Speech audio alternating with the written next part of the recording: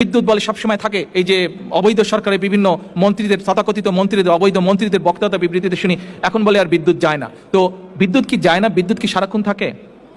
আমি ধানমন্ডিতে কথা বলেছি একজনের সাথে, আমি তেজগাঁয়ে কথা বলেছি, আমি মিরপুরে কথা বলেছি, আমি বাড্ডাতে কথা বলেছি, আমি উত্তরাতে কথা বলেছি, আমি কমলাপুরের পিছনে জায়গাটার নাম কি, বাসাবোতে আমি কথা বলেছি, ড্যামরাতে আমি কথা বলেছি। যতগুলো জায়গায় কথা বলেছি প্রত্যেকটি জায়গা থেকে আমি শুনেছি প্রতিদিন লোডশেডিং হয়, প্রতিদিন 1.5-2 ঘন্টা করে কারেন্ট থাকে না।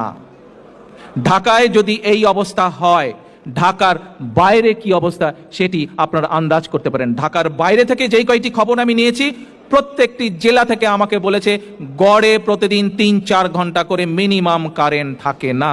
আসেন, এই প্রতারক সরকার, এই সরকার, এই অবৈধ সরকার শুধু অবৈধই নয়, এই অবৈধ সরকার শুধু আন্তর্জাতিকভাবে স্বীকৃত স্বৈরাচার সরকারই নয়, এই আন্তর্জাতিকভাবে স্বীকৃত সরকার শুধু আন্তর্জাতিকভাবে স্বীকৃত স্বৈরাচারী নয়, এরা আন্তর্জাতিক স্বীকৃত দুর্নীতিবাজ সরকারও।